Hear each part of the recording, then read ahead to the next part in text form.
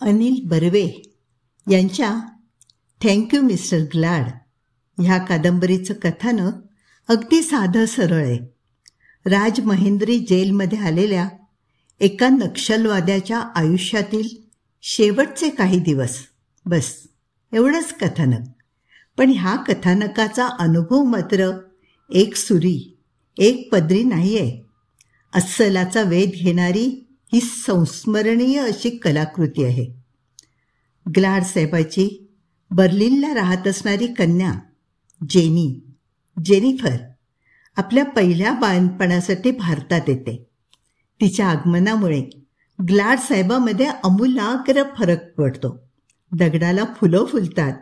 Glad साहेब आनंदाने नाचतो, गातो, शीळ वाजवतो. इथपर्यंत आपण आलेलो आहोत. आज ऐकूया ग्लॅडचं बदललेलं आयुष्य. Thank you mister glad. लेखक अनिल बर्वे. आपला भाग 4 चालला आहे. ऐकूया. काळ्या शार डांबरी रस्त्यावर पावलं खाड खाड वाजली नाहीत तरीही रस्ता निर्मनुष्य झाला आणि आसपासच्या झाडांवरच्या पाखरांची किलबिलही शांत झाली. ग्लॅड साहेब लेकीला घेऊन तुरुंगाकडे निघाला होता. वाहणाऱ्या मंद वाऱ्याबरोबर जीनने डोक्याला बांधलेला रुमाल उडत होता आणि पायघोळ झगा वाऱ्याने फडफडत होता. ग्लॅड साहेबाने तिला मनगटाला धरून चालवलं होतं, अगदी हळुवारपणे. साहेबाची ही माया अप्रूप वाटून की काय एका खट्टाळ कोकिळेने साथ घातली. कुहू कुहू. पप्पा, कोकिळा? जीनने आनंदून साहेबाला विचारलं. साहेबाने कपाळाला तिरस्काराच्या आठ्या चढवल्या आणि होकार दिला. पापा, तुम्हाला तिची गोड शीळ आवडली नाही? जीनने आश्चर्याने विचारलं. कावळा बरा हिच्यापेक्षा, ग्लॅड साहेबांनी उत्तर दिलं. तो 12 महिने एकाच आवाजात ओरडतो आणि ही लबाड. आंब्याला मोहर आला की तेवढ्याच पुरता हिला कंठ फुटतो. माणसाच्या जातीची बदमाश साली. जीन हिरमुसली आणि अबोला धरून चालू लागली. गार्ड ड्युटीवरल्या हवालदाराने सवयीने सलामी दिली, पण साहेबाच्या नक्षत्रासारख्या पोरीला बघून बोळक्या तोंडाच्या जमादाराचे डोळे चमकले. मेन गेटचे दरवाजे करकरले. ग्लॅड साहेबाने पुढे होऊन लेकीला हात दिला. तिची नाजूक पावलं मेन गेटमध्ये पडली आणि सारा मेन गेट इम्पोर्टेड सेंटने भरून गेला. मेन गेटमधल्या जेलरांनी, जमादारांनी साहेबाला टाळत जेनीकडे पुन्हा पुन्हा चोरट्या तिरप्या नजरा टाकल्या. बाल बच्चेवाल्या प्रौढ सिनियर जेलरला मात्र ग्लॅड साहेबाचं वागणं खटकलं. बाई सोडाच, साधा सिव्हिलियन कपडाही नजरेस न पडणाऱ्या कैद्यांसमोरून साहेबाने आपल्या पोरीला हिंडवावं हे काही केल्या त्याच्या हिंदू मनाला पटेना. पण ग्लॅड साहेबाला कोण बोलणार? साहेबाने फाशी गेटचा रस्ता धरला. तशी बंदीला चाललेल्या कैद्यांच्या वखवकलेल्या बुभुक्षित नजरा वळून वळून जेनीच्या सर्वांगावरून फिरू लागल्या. पण तिच्या नजरेला नजर भिडवण्याचं धाडस मात्र कोणालाही झालं नाही. कैद्यांनाच कशाला, खुद्द फाशी गेटच्या जेलरलाही झालं नाही. ग्लॅड साहेबाने फाशी गेटमध्ये पाऊल टाकलं आणि अख्ख्या जेलमध्ये मान वर करून सरळ नजरेने फक्त नक्षलवाद्याने जेनीला पाहिलं. कशी आहे? ग्लॅड साहेबाने विचारलं. सुंदर, नक्षलवाद्याने उत्तर दिलं. किती? साहेबाने प्रश्न टाकला. इतकी सुंदर, इतकी की हिला पाहिलं असतं तर अनेक रोमॅन्टिक कवींच्या कविता जरा जास्त सुधारल्या असत्या, नक्षलवाद्याने उत्तर दिलं. आणि सारा फाशी गेट साहेबाच्या मनमुराद गडगडण्याने भरून गेला. आपल्या पोरीच्या सौंदर्याच्या तारीफेने साहेब हरखून गेला. मोठ्या उत्सुकतेने त्याने विचारलं. जीनला पाहून तुला आठवली का एखादी कविता? नाही, मला फक्त तिच्या आईची हत्या आठवली. नक्षलवादी अभावितपणे बोलून गेला. पण रानगट रासवट ग्लाड साहेबाचंही काळीच गोठून गेलं आणि दगड होऊन तो जमिनीला खिळला. जेनीने चमकून नक्षलवाद्याकडे पाहिलं. त्याच्या डोळ्यात 2-4 थेंब जमा झाले होते. साऱ्या फाशी गेटमध्ये एक असह्य शांतता पसरली. मग जेनीनंच उसनं हसू चेहऱ्यावर आणलं आणि ती नक्षलवाद्याला म्हणाली, तुम्हाला दाखवायला मी माझ्या कविता आणल्यात. ओ हो, बघू तर खरं, भानावर येत नक्षलवादी म्हणाला. मग जेनीने आपल्या हातातलं नोटबुक नक्षलवाद्याला दिलं. नक्षलवाद्याने ते वरवर चाळलं. अतिशय मोहक, भारी, निळसर कागदावर सेंट शिंपडलेला होता आणि रेखीव वळणदार अक्षरात बऱ्याच कविता लिहिल्या होत्या. श्रीमंत बापाच्या लाडक्या लेकीने लिहाव्यात तशाच त्या कविता होत्या.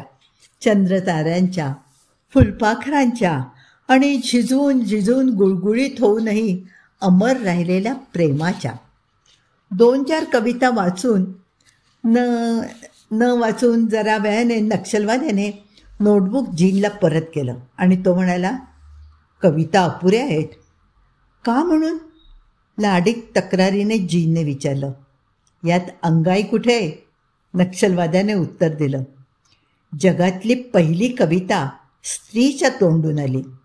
अंगाई म्हणता म्हणता, आणि म्हणून कविता मिसेस कविता आहे, मिस्टर कविता नाही. जेनी निरुत्तर झाली, निस्तब्ध झाली. बंदीचे टोल पडू लागले. मी एक विचारू? जाता जाता जेनीने विचारलं. नक्षलवाद्याने होकारार्थी मान हलवली. तुमचं मृत्यूपत्र फार सुंदर आहे, तेजस्वी आहे, एखाद्या क्रांतिकारक कवितेसारखं. पण ह्या इतक्या वेदना, छळ, तुम्हाला दुःख होत नाही? नक्षलवाद्याने नकारार्थी मान हलवून सांगितलं, ज्या वेदना वांझ नसतात त्यांचं दुःख करायचं नाही. तटाबाहेरील चर्चमध्ये ऑर्गनचे सूर उंचावू लागले. यार्डात बत्त्या पेटू लागल्या. ग्लाड साहेब लेकीला घेऊन माघारी चालू लागला. उताण्या घोरत पडलेल्या ग्लाड साहेबाला नाईट लॅम्पच्या उजेडाने जाग आली आणि डोळे किलकिले करत तो कुशीवर वळला. बेडरूमच्या दरवाजाशी अस्ताव्यस्त कपड्यात जेनी उभी होती. बापाला जाग आलेली पाहताच ती साहेबाच्या जवळ आली आणि पलंगावर बसली. साहेबाने पाहिलं. विचाराने जीनचा चेहरा शिणला होता. डोळे रडून रडून लाल झाले होते आणि गाल सुजल्याचे दिसत होते. साहेबाला वाटलं आईच्या आठवणीने पोरीला झोप येत नसावी. मग साहेबाने तिला जवळ ओढलं आणि कुशीत घेत थोपटत साहेब पुटपुटला, झोप येत नाही माझ्या बाबाला? भीती वाटते? जीनने नुसती नकारार्थी मान हलवली आणि बराच वेळ बापाच्या कुशीत ती नुसती पडून राहिली. आणि मग एकदम आवेगाने ती उठून बसली आणि बापाला गतागता हलवत ओरडली, papa, you must behave with a soldier like a soldier. ग्लाडसाहेब दचकून जागा झाला. त्याची झोप पुरती उडाली. त्याने पोरीला विचारलं, what do you mean Jean? I mean, papa, he is not a traitor. Papa, he is a great revolutionary. Really, he is a brave soldier. आवेगाने आणि तावातावाने जीन ओरडत होती. ग्लाडसाहेब उठून बसला. तसा साहेबाच्या नाईट गाऊनचा गळा आवळत जीन म्हणाली, पापा, खुनी दरोडेखोरासारखे त्याला हँग का करता? जीवच घ्यायचा आहे त्याचा तर त्याला समोरासमोर शूट करा ना. Give him a soldiers death. सुन्न होऊन ग्लाडसाहेब जागीच उभा राहिला. साहेब निरुत्तर होता. मनोमन त्यालाही आपल्या पोरीचं म्हणणं पटलं होतं. एका तडफदार, तेजस्वी क्रांतिकारकाला चोरा चिलटांच्या हिशेबाने फासावर लटकवणं काही खरं नव्हतं. पण साहेब हतबल होता, असहाय होता. खरकन ड्रॉवर ओढून साहेबाने व्हिस्कीची बाटली बाहेर काढली आणि दातानेच तिचं बूच उडवलं. तोच जेनी पुढे झाली आणि साहेबाच्या हातातली बाटली खसकन हिसकावून घेत ओरडली, papa, you must answer me. Please please Jenny, Jean, please please. साहेबाने अजिजीने पोरीच्या हातून बाटली काढून घेतली आणि घशाला लावली. 4 घोट कोरेच घटाघटा प्यायल्यावर साहेबाच्या जीवात जीव आला आणि तो पोरीला म्हणाला, Jean, you don't know my position, but he knows that I am a little petty bureaucrat. आपणही अखेर एक सांकामे, हुकमाचे ताबेदार असे चाकरमानेच आहोत. ह्या जाणीवेने साहेबातला साहेबही कोसळून पडला आणि साहेबाने इझी चेअरमध्ये अंग टाकलं. कासावीस जेनी आपल्या दुबळ्या बापाच्या मांडीवर डोकं घाशीत तडफडत राहिली. रात्र निबिड होती, अंधारी होती, तरी पण रातराणी टेचात उभी नव्हती. तिचा सुवासही कोठे दरवळत नव्हता. साहेबाच्या बंगल्यात वरच्या बेडरूममधला क्षीण दुबळा दिवा नुसता जळत होता. ग्लाड साहेब माणसात आल्यापासून तुरुंग म्हणजे नुसती धर्मशाळा होऊन राहिली होती. गेल्या 2-2.5 महिन्यात एकही दंडा कोणाच्याही पाठी तुटला नव्हता. साहेबाच्या आगमनाने वडा पिंपळाच्या झाडांना सोडाच, कैद्यांनाही चोरट्यासारखं वाटत नव्हतं. लक्षणं काही बरी वाटत नाही आहेत. सिनियर जेलर स्वतःशीच पुटपुटला. साहेब असाच वागत राहिला तर जेल ॲडमिनिस्ट्रेशन कोसळून पडेल असं त्याला वाटू लागलं होतं. आणि आताशा ग्लाड साहेबाचा दरारा आणि धाकही कमी होत चाललाय असं त्याला जाणवू लागलं होतं. फाशी गेटचा तो अजागळ आणि वेंधळा जमादार, वस्तुतः त्या मूर्खाला अशा जोखमीच्या ठिकाणी राहू देणं सिनियर जेलरला मान्य नव्हतं. पण जमादार आता ग्लाड साहेबाच्या खास मर्जीतला झाला होता आणि त्याला कारणही तसंच नाजूक होतं. जमादाराची म्हातारी सुईण म्हणून प्रसिद्ध होती आणि साहेबाच्या पोरीचे दिवस भरत आले होते. एकाच वेळी तिघांना थंड काळजाने हँग करणाऱ्या ग्लाड साहेबाचं काळीज मात्र त्यामुळे भित्र्या सशासारखं धडधडू लागलं होतं.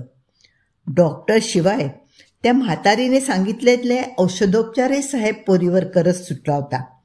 सिनियर जेलरने साहेबाला 2-4दा त्यात काळजी करण्यासारखं काही नसतं असं समजावलं होतं, पण साहेब मात्र घायकुतीला आला होता. आधीच साहेबाच्या घराने बाई माणसाची सावलीही पाहिली नव्हती. त्या जीव की प्राण अशा पोरीचं बाळणपण म्हणजे इतर काही नाही तरी पोरीच्या बाळणपणामुळे का होईना ग्लाड साहेबाला माणसांची आणि समाजाची गरज भासू लागली होती. एरवी हिंस्र वाघासारखा एकटाच गुहेत डरकाळ्या फोडीत बसणारा साहेब अलीकडे माणसात वावरू लागला होता. परवा तर तो चक्क भट्टीखान्याच्या जेलरच्या घरी दुर्गापूजेलाही जाऊन आला होता. आणि आश्चर्याची गोष्ट म्हणजे अगदी शिपाई चपराशांची पोरंटोरंही साहेबाच्या बंगल्यात खेळताना सिनियर जेलरने अलीकडेच पाहिली होती. गार्ड ड्युटीवरल्या शिपायांनी सलामी दिली. मेन गेटचे दरवाजे करकरले. ग्लाड साहेब जेलमध्ये आला आणि थेट ऑफिसात गेला. मग खाली मान घालून वफादार कारकुनाप्रमाणे कामात मग्न झाला. साहेबाने दिवसभर पुरेल एवढा दराराही निर्माण केला नाही अथवा धाकही कोणाला दाखवला नाही. तासाचे टोल पडत होते. दिवस सरत होता. शाळेतल्या कंटाळलेल्या पोरांप्रमाणे जो तो आपापलं काम आटपत होता. फाशी गेटचा जेलर सिनियर जेलरला म्हणाला, आताच्या सर्व्हिसमध्ये काही थ्रिल राहिलं नाही. सिनियर जेलरने एक आगतिक हुंकार दिला. लांबवरून मोटरसायकलची धडधड ऐकू येऊ लागली. ऑफिस संपता ही काय झगझग आली या विचाराने सिनियर जेलरच्या कपाळाला आठ्या पडल्या. रायडरने मोटरसायकल मेन गेट समोर उभी केली आणि तुरुंगात प्रवेश केला. होम डिपार्टमेंटच्या रायडरला पाहून सिनियर्सच्या डोक्यात तर्ककुतर्कांनी पिंगा घालायला सुरुवात केली. टाचा जुळून सॅल्यूट ठोकत रायडरने सीलबंद लखोटा सिनियर जेलरच्या स्वाधीन केला आणि पोच घेऊन तो चालता झाला. सिनियर जेलरने लखोटा फोडला आणि त्याच्या आनंदाला पारावार उरला नाही. फाशीच्या शिक्षेचा हुकूमनामा होता तो. कैदी नंबर 842 वीरभूषण पटनाईक याच्या देहांताच्या शिक्षेवर राष्ट्रपतींचं शिक्कामोर्तब झालं होतं आणि फाशीची तारीख, वार, वेळेनिशीचा हुकूमनामा होम डिपार्टमेंटने धाडला होता. लगबगीने सिनियर जेलर उठला. बऱ्याच दिवसानंतर एक थ्रिलिंग एक्सपिरियन्स मिळणार होता. हा हुकूमनामा पाहताच ग्लाड साहेब नॉर्मलवर येईल याची त्याला खात्री होती. फाशीचा एक एक हुकूमनामा म्हणजे ग्लाड साहेबाच्या लेखी माणसाच्या शिकारीची एक एक संधी. एकेकाला हँग करताना एखादं धार्मिक कृत्य केल्याचं सात्विक तेज साहेबाच्या तोंडावर ओसंडले. सॅल्यूट ठोकून सिनियर जेलरने लखोटा साहेबाच्या हाती दिला. बराच वेळ साहेबाने लखोट्याला हातही लावला नाही. लखोट्यात काय असेल याची जाणीव साहेबाला होती, पण टाळा म्हणून टाळण्यासारखी गोष्ट ती नव्हती. अखेर साहेबाने लखोटा उचलला आणि शून्य नजरेने वाचला. अटेन्शनमध्ये उभं राहून सिनियर जेलरची कंबर भरून आली होती, पण ग्लाड साहेब स्थितप्रज्ञासारखा नुसता बसून होता. साहेबाच्या चेहऱ्यावर ना आसुरी झळाळी झळकली, ना दुःख उमटलं, ना हर्ष. बऱ्याच वेळाने साहेब जागचा उठला. तांब्याभर पाणी गटागटा प्यायला, डोक्यावर कॅप चढवली आणि निष्प्राण हुकूम केला, तयारीला लागा. सिनियर जेलरने मान झुकवली आणि तो बाहेर पडला. साहेबाने बटन दाबलं. मंद पिवळसर उदास प्रकाश ऑफिसभर रेंगाळला. ऑफिसच्या गजा खिडक्यातून एक अस्वस्थ रात्र डोकावू लागली होती. त्या अस्वस्थ रात्री ग्लाड साहेबाचे डोळे कोणा अज्ञात शक्तीने चराचरा कापले. बुबुळांच्या जागी खाचा पडल्या आणि गरम रक्ताचे 2 ओहळ ग्लाड साहेबाच्या गालांवरून वाहू लागले. ग्लाड साहेब धडपडत उठला. एका हाताने त्याने दोन्ही डोळे घट्ट दाबून धरले आणि चाचपडत दुसऱ्या हाताने त्याने नाईट लॅम्पचं बटन दाबलं. एक मंद भावशून्य प्रकाश खोलीभर रेंगाळला. मग हळूच डोळे किलकिले करत ग्लाड साहेबाने आरशात पाहिलं. साहेबाच्या डोळ्यांच्या कडा भिजल्या होत्या आणि आसमानचे 2 थेंब गालांवरून घरंगळत मानेवर सांडले होते. जखम बिखम कुठेच नव्हती. रात्री जास्त घेतल्याने डोळे थोडे लाल झाले होते इतकेच. ग्लाड साहेबाला क्षणभर हायसं वाटलं.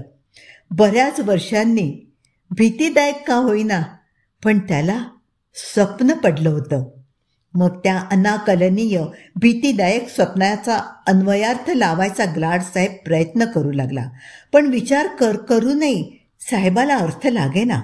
विचाराच्या निमित्ताने तो नक्षलवादी मात्र ग्लाड साहेबाच्या डोक्यात डोकावू लागला.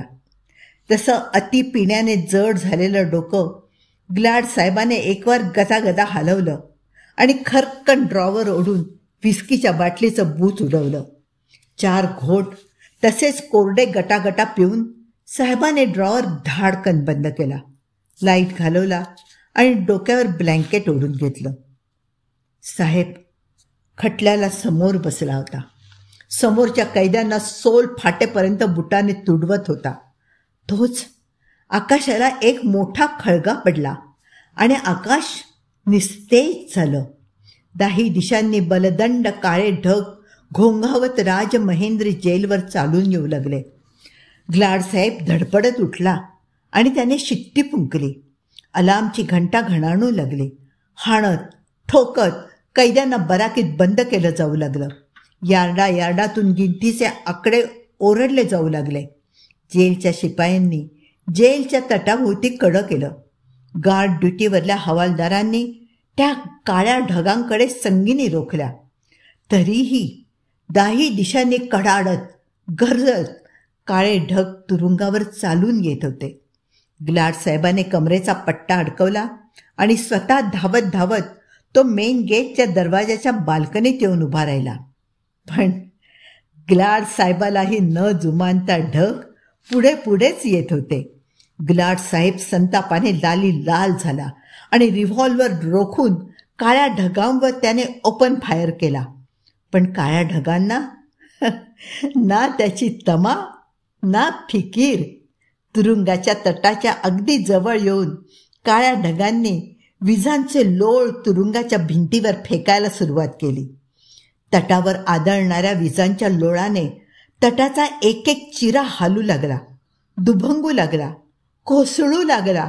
तोच काळ्या ढगांच्या त्या गर्दीतून एक जळता पेटता लाल ढग पुढे आला आणि विजेचा एक झगझगीत लोळ मेन गेटवर त्याने फेकला. मेन गेटवरचा फडफडणारा तिरंगा जळून राख होऊन मातीला मिळाला आणि मेन गेट कोसळू लागलं. उडणाऱ्या धुरळ्याने ग्लाड साहेब गुदमरून गेला आणि दगडमातीच्या ढिगात ग्लाड साहेब गाडला जाऊ लागला. ग्लाड साहेब भीतीने थरथरत जागा झाला. बेडवरच उठून बसला. सगळं स्वप्न होतं. त्याचं सारं अंग घामाने थपथपलं होतं. ब्लँकेटनेच अंग पुसून ग्लाड साहेब पलंगावरून खाली उतरला.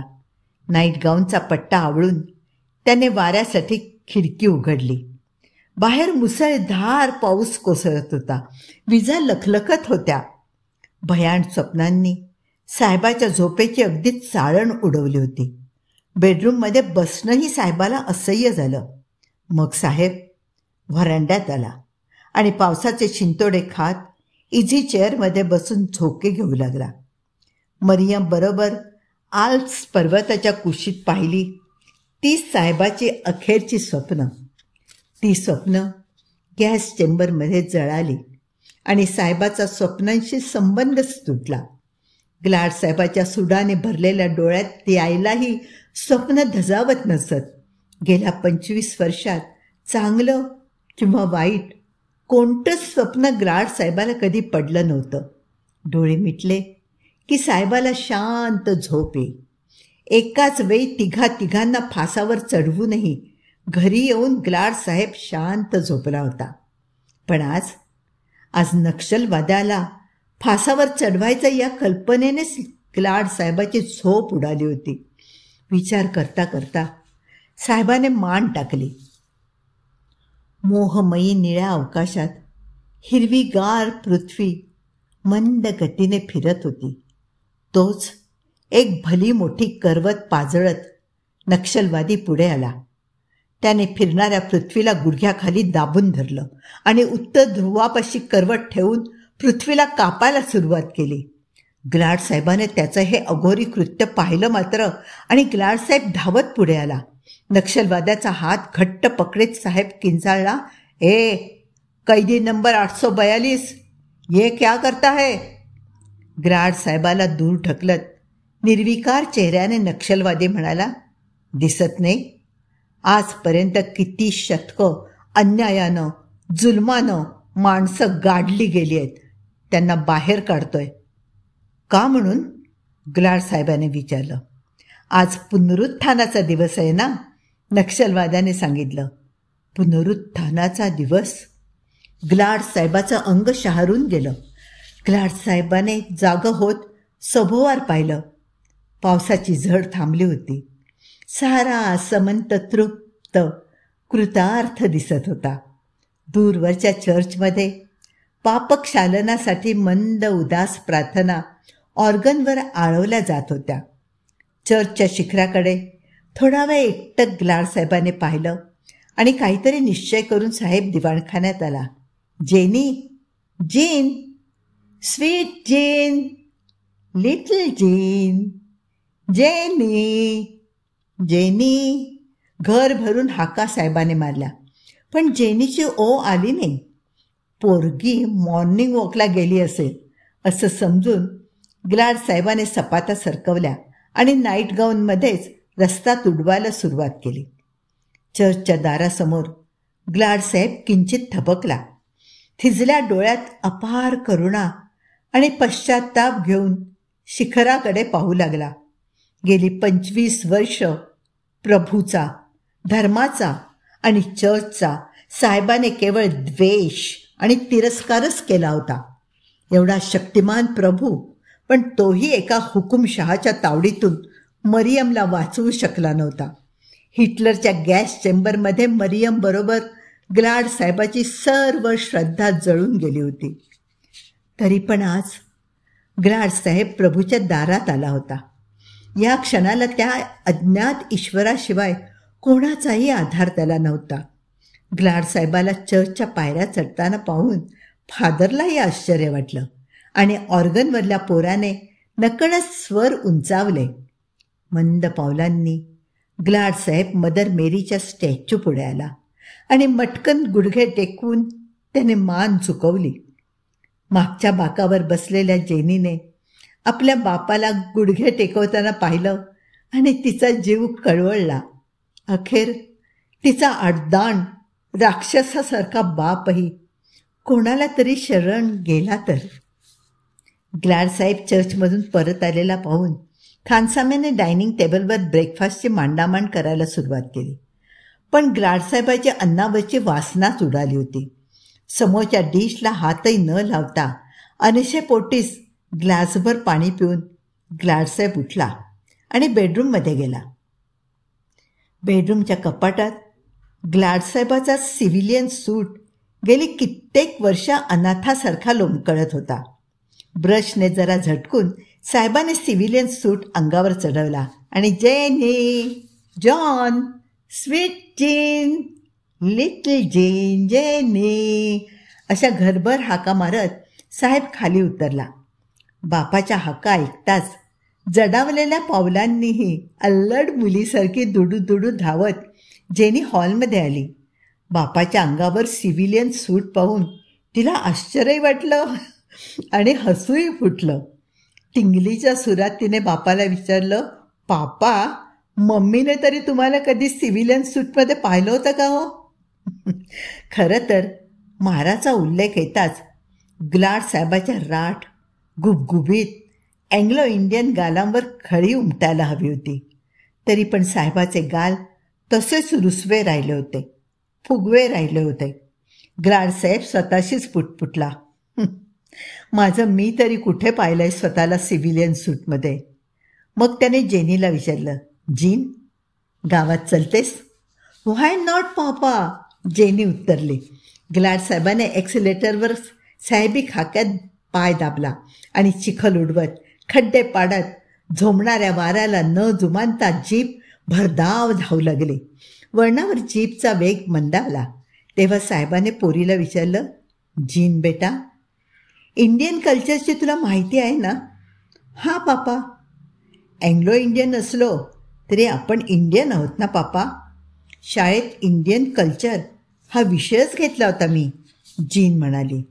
जीनच्या उत्तराने ग्लाड साहेब जरा खुशीत आला आणि मग त्याने स्टीरिंगवरली पकड ढिली न करता नोटबुक व पेन पोरीच्या हाती दिलं. हिंदूंच्या धर्मग्रंथांची 4 नावं लिही यावर, आपल्याला परचेस करायचे आहेत, ग्लाड साहेबाने फरमावलं. व्हाय पापा, जीनने लिहिता लिहिता विचारलं. ते नक्षलवाद्याला वाचायला द्यायचे आहेत. That bloody young brave man. पोराचा फाशी जाताना धीर खचायला नको, साहेबाने सांगून टाकलं. जीनने एकटक बापाकडे पाहिलं. फाशी जाताना नक्षलवाद्याचा धीर खचणार नाही हे तिने ओळखलं होतं, पण त्याला फाशी द्यायच्या विचाराने बापाचाच धीर खचतोय हेही ती समजून चुकली होती. तिच्या एकटक नजरेची ग्लाड साहेबाला दातसुद्धा नव्हती. तो तिच्याशी बोलल्यासारखं पण खरं तर स्वतःशीच बोलत होता. जीन, आत्मा, पुनर्जन्म असतो का ते माहीत नाही ती मला, नाही माहीत मला, पण असावा, असायलाच पाहिजे. नाहीतर बघ ना, मृत्यू म्हणजे सर्व संपलं असं वाटतं, आणि सर्व संपलं ही भावना फार फार हिरीस असते, क्रूर असते, अगदी वैरीण असते पोरी. पण पापा, पुनर्जन्म आहे. जीनने बापाचं बोलणं मध्येच तोडलं. What nonsense. पोरीच्या अंधश्रद्धाळू भावनेवर तडकत ग्लाड साहेब तिरसटला. आत्मा, पुनर्जन्म, ऑल हंबक पोएटिक कल्पना. ग्लाडसाहेब हेटाळणीच्या सुरात पुटपुटला. जीप आता पुलावरून धावत होती. वाऱ्याबरोबर जेनीचे केस भुरभुरत होते. आपल्या मताशी जेनी मात्र ठाम होती. तिने लगेच बापाला प्रत्युत्तर दिलं, नो पापा, वेस्टमध्ये सायंटिफिक रिसर्च चाललाय आणि आताशा तर सायंटिस्ट देखील आत्मा, पुनर्जन्म ह्या कल्पना मान्य करायला लागले. ग्लाडसाहेबाने करदेशी ब्रेक दाबले. 4 व्हीलर जागच्या जागी थांबली. ग्लाडसाहेबाने एकदम आवेगाने जेनीचे हात तळव्यात पकडून छातीवर दाबले. जेनीने पाहिलं, तिच्या बापाच्या तोंडावरून स्वर्गीय आनंद ओथंबत होता. छाती फुटून जाईल अशा कातर स्वरात ग्लाडसाहेब पुटपुटला, म्हणजे जीन, मारा मला पुन्हा भेटेल, मला पुन्हा भेटेल. क्षणभरातच ती वेडी आशा, खोटा दिलासा ओसरला. ग्लाडसाहेबाचे हात थंड पडले. नजर अचेतन झाली आणि असहाय्यपणे त्याने स्टीरिंगवर मान टाकली. आपल्या आडदाण राक्षसी बापाला आईच्या आठवणीने विव्हळताना पाहून जेनीचा बाण फुटला आणि बापाच्या खांद्यावर डोकं टेकवून ती हमसून रडू लागली. खाली नदी दुथडी भरून वाहत होती. वारा रोरावत होता आणि ती बापलेक दोन्ही तीरांपासून दूर मध्येच कुठेतरी असहाय्यपणे स्वतःचा जीव जाळीत होती. ठण ठण ठण. सकाळचे 6 वाजले. बराकीचे ताळे खुलू लागले. कैदी नळावर, हौदावर गर्दी करू लागले. फाशी गेटमध्ये नक्षलवाद्याने मात्र आपली कूस बदलली आणि अर्धवट झोपेत तो स्वतःशीच पुटपुटला, आता फक्त 1 दिवस आणि 1 रात्र. आणि कांबळं त्याने डोक्यावर ओढून घेतलं. वासांशी जीर्णानी यथा विहाय नवानी गृह्णाती नरोपराणी. खणखणीत, अनुनासिक पण शब्दबंबाळ संस्कृताने नक्षलवाद्याची झोप चाळवली आणि त्याने बाहेर पाहिलं. गजांसमोर चौरंगावर गीता ठेवून एक काळा तेलंगी ब्राह्मण आपल्या द्राविडी संस्कृतात गीता पठण करत होता. त्याच्या शब्दोच्चारांनी नक्षलवाद्याची झोपच उडाली आणि कांबळं लपेटून तो दरवाजाजवळ येऊन ब्राह्मणाला विचारता झाला, पंडितजी, ये क्या चल रहा है? वेंधळ्या जमादाराने मध्येच तोंड घातलं आणि सांगितलं, बड्या साहेबांचा हुकूम आहे, सर्व पोथ्या वाचून त्यांचा नक्षलवाद्याला अर्थ सांगा. आणि ताळा खोलून एक मोठी थैली जमादाराने नक्षलवाद्याच्या हातात दिली. नक्षलवाद्याने ती पालथी केली. गीतेपासून सत्यनारायणाच्या पोथीपर्यंत चांगली 5-25 पोथ्या पुराणं होती त्यात. साहेबांनी स्वतः जातीने आणले तुमच्यासाठी, जमादाराने खुलासा केला. साहेब बराच उदार झाला की रे तुझा, नक्षलवादी जमादाराला म्हणाला आणि पोथ्या पुराणांचा तो गठ्ठा भिंतीलगत रचून ठेवून त्यावर खापराच्या तुकड्यांचा केलेला ॲशट्रे नक्षलवाद्याने ठेवला. नक्षलवाद्याच्या त्या कृत्याने आत्म्याचं अमरत्व सांगणारी ती निर्जीव बुकं ओशाळून गेली. जिस तरह आदमी अपने वस्त्र बदल देता है, आत्मा भी उसी तरह देह बदलता है. तामिळी ब्राह्मणाने एक श्लोक अर्थासकट वाचायला सुरुवात केली. नक्षलवादी मात्र संस्कृत श्लोक म्हणताना होणाऱ्या त्याच्या वेड्या वाकड्या तोंडाकडे पाहत सिगारेट ओढत बसला होता. सकाळचा भत्ता आला तशी ब्राह्मणालाही भोजनाची आठवण झाली आणि आत्मा अविनाशी असल्याचं सांगितलंय तेवढं पुरे झालं असं वाटून तो उठला. पोथ्या त्याने बासनात बांधल्या. पळीने पंचपात्रातलं पाणी नक्षलवाद्यावर उडवीत तोंडातल्या तोंडात फक्त आत्म्यालाच समजेल असा काहीतरी मंत्र पुटपुटला आणि तो जायला निघाला. जमादार पुढे झाला. त्याने ब्राह्मणाला दक्षिणा द्यायला साहेबांनी दिलेले पैसे खिशातून काढले.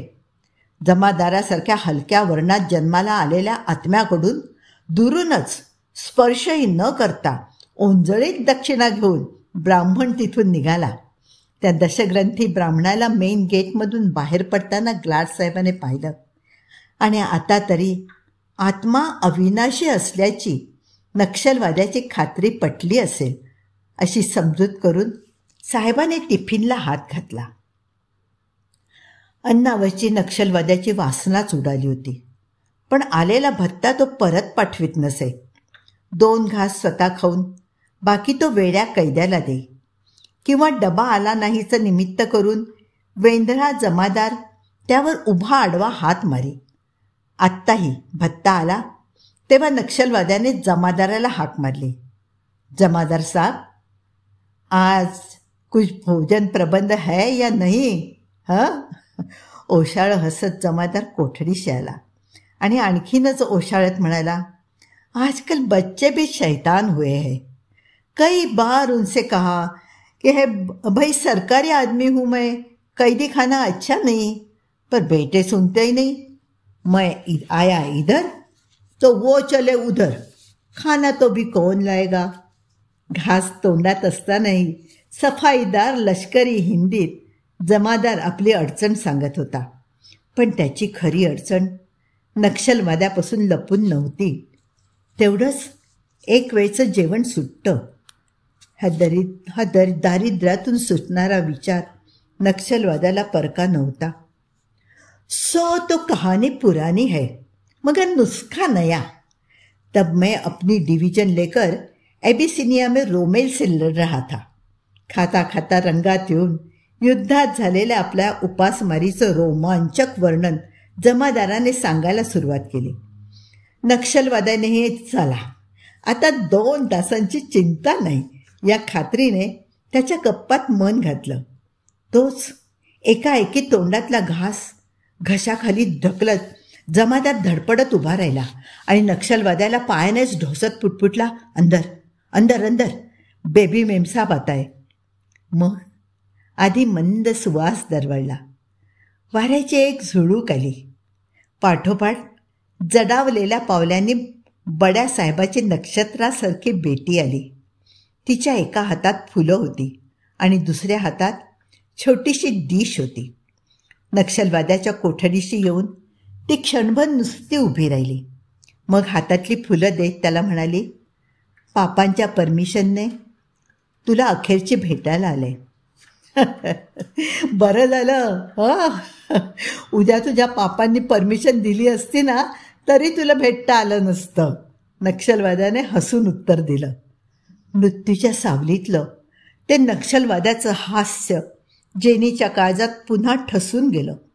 मग तिने अंदाज घेत पुस्तकांकडे पाहत त्याला विचारलं, माझं सिलेक्शन कसं आहे? बरंच जाडजूड आहे. नाही तसं नाही, पण तुला पटलं ना? काय आत्मा अमर असतो हे? नक्षलवादी चूप बसला, जाणीवपूर्वक गप्प बसला. आपल्या हत्येचं पातक त्याला ग्लाड साहेबाच्या डोक्यावर पुन्हा पुन्हा चिकटवायचं नव्हतं.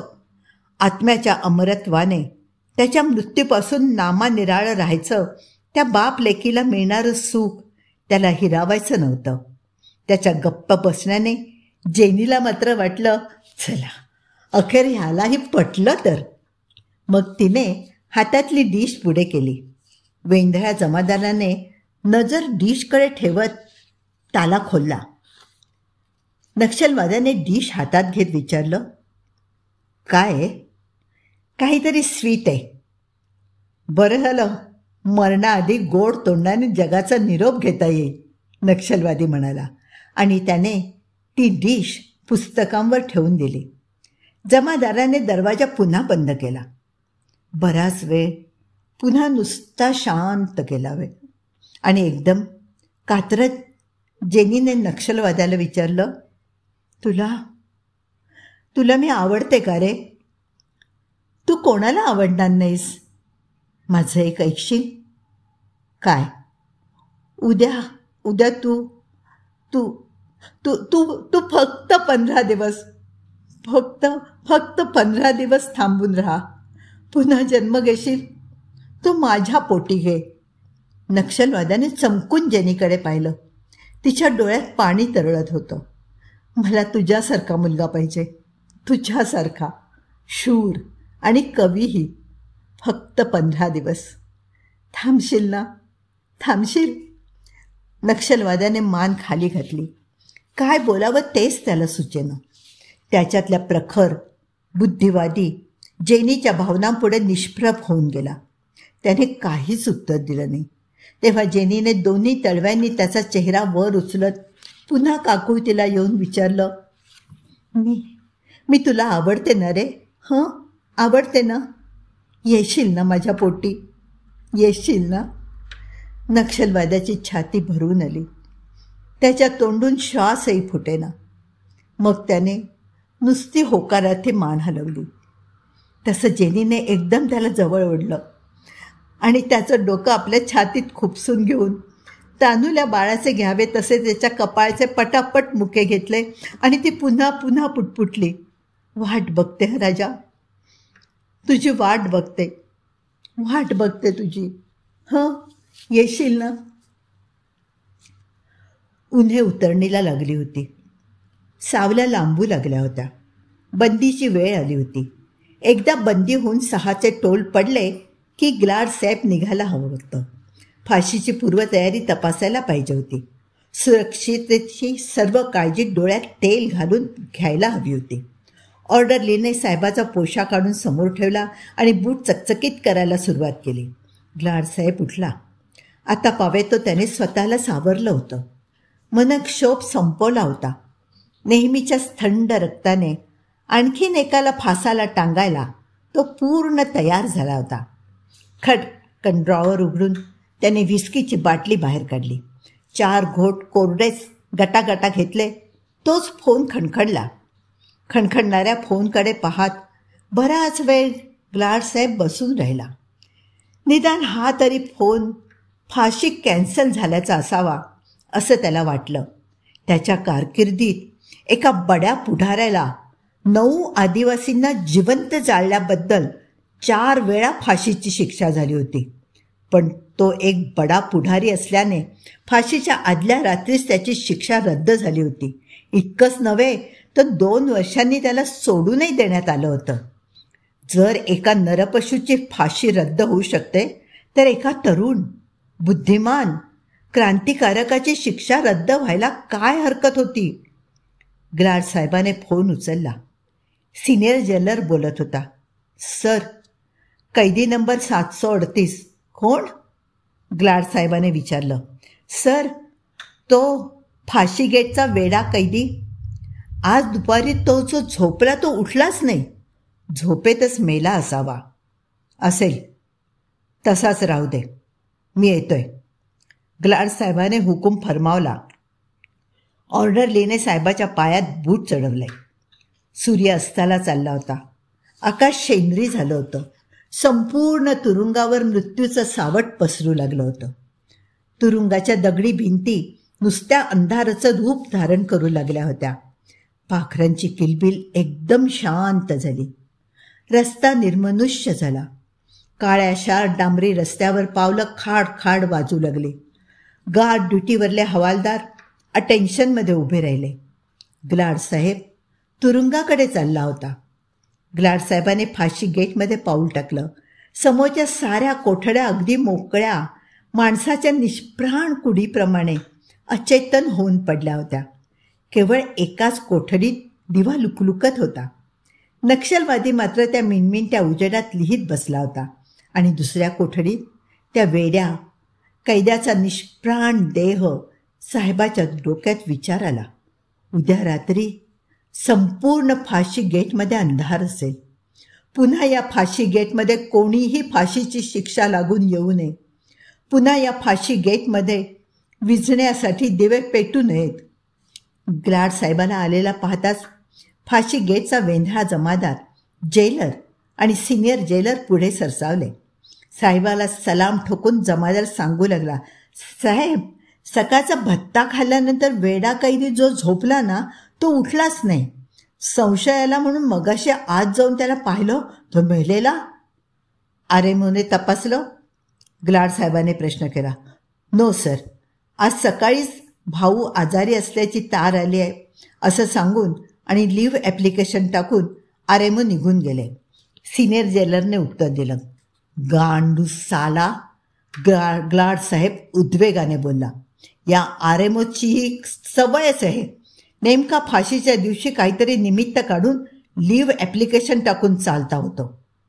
मला वाटतं सर, डॉक्टरांना फाशीच्या शिक्षेच्या वेळी हजर होणं सहन होत नसावं. सिनियर जेलरने शंका व्यक्त केली. मग साला झाला कशाला जेलचा डॉक्टर? ग्लाड साहेब बोलला. भडवे माणसाला उभा आडवा चिरतात ऑपरेशन टेबलवरती आणि तरीही फाशी देताना पाहून तंतरतात. नॉनसेन्स. झाले कशाला जेलचे डॉक्टर? ग्लाड साहेब तिरस्कारला. मग जरा वेळ शांतता पसरली आणि नेहमीच्या खाक्याप्रमाणे आल्या प्रसंगातून ग्लाड साहेबानेच मार्ग काढला. असं करा, उद्या सकाळी सिव्हिल सर्जन येईल, तेव्हा नक्षलवाद्याबरोबर या वेड्याचाही पोस्टमॉर्टम करून टाका आणि रिपोर्ट तयार करा. नुसत्या माना हलवून सर्वांनी साहेबाचा हुकूम स्वीकारला. मग पुन्हा जरा वेळ शांतता पसरली. साहेब जायला निघाला तेव्हा वेंढ्या जमादाराला त्याने सहज विचारलं. जमादार, मरण्याआधी देखील हा वेडा कैदी मैंने खून किया नहीं, मैंने खून किया नहीं असंच ओरडत होता का? नाही साहेब, आज तो एकदाही तसं ओरडला नाही. आज सकाळपासून तो फक्त गात होता, जमादाराने उत्तर दिलं. जमादाराची माहिती ऐकून ग्लाड साहेबाला आश्चर्य वाटलं आणि जमादाराला त्याने सहज विचारलं, काय गात होता? जमादाराने लगेच गाण्याचे बोल सांगितलं. हे प्रिये, तुझ्यासाठी सैतानालाही आव्हान दिलं मी. साहेब दगड होऊन जमिनीला खिळला. बऱ्याच वेळाने भानावर आला आणि जड पावलाने फाशी गेटमधून बाहेर पडला.